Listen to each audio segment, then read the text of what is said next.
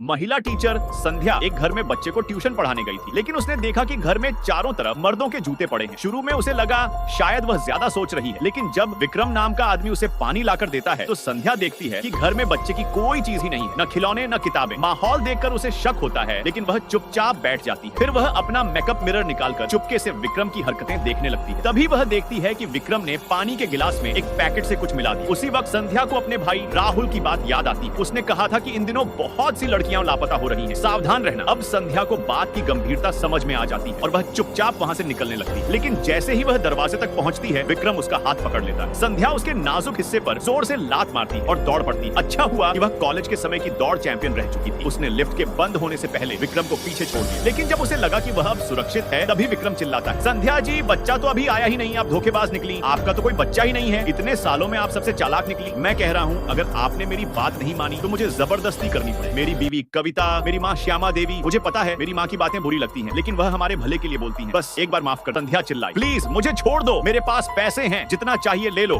बस मुझे जाने दो। विक्रम हंसते हुए बोला, पैसे हैं तो फिर ट्यूशन क्यों देती हो? मुझे सब पता है तुम जैसी औरतें क्या करती हैं, घर घर जाकर मर्दों को फंसाती हो। मेरी बीवी भी कहती थी कि अमीरों के घर काम करने जाती है, लेकिन असली मकसद कुछ और ही था। तुम भी वही करने आई हो ना इस पॉश सोसाइटी में? संध्या चिल्लाई, नहीं, मुझे छोड़ दो, कोई तो मेरी मदद करो। उधर दूसरी ओर संध्या का भाई राहुल चिल्लाया, नेहा नेहा, जल्दी संध्या के मोबाइल का लोकेशन ट्रैक करो, लगता है वो मुसीबत में है। इधर विक्रम सोच रहा था, अगर राहुल को पता चल गया कि मैंने उसकी बहन को ही फंसा लिया है तो मेरी नौकरी, पैसा सब चला जाएगा, शायद जेल भी जाना पड़े। नहीं, मुझे कुछ भी हो जाए, लेकिन उसका भाई कुछ नहीं जानना चाहिए। सेकंड पार्ट के लिए चैनल को सब्सक्राइब करें और कमेंट करें।